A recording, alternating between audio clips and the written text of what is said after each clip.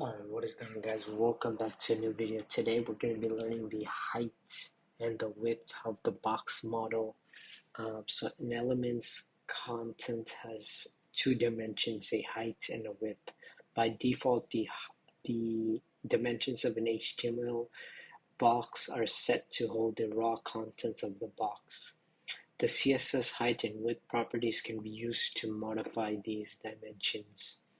In the example above, we see that the height is being set to 80 pixels while the width is being set to 240 pixels. The PX, again, stands for pixels. Pixels allow you to set the exact size of an element's box, the width and the height.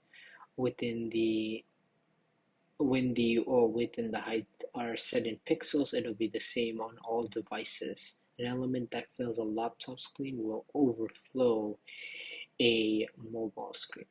So add a height of 700 pixels to the banner. Let's find the banner. I think past it. Yeah, there we go. Okay. So the height is 700 pixels. No, something's off. Yes. Oh, I guess that's not the banner.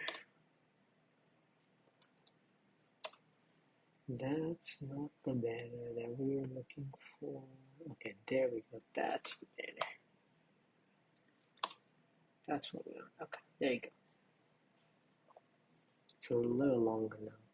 And then set the pull quotes right here. Yeah, set the pull quote to be width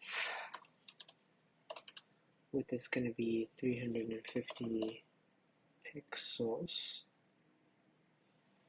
And then the banner, the thing we're trying to change right here, yeah, and then we can set the width to be 400 pixels.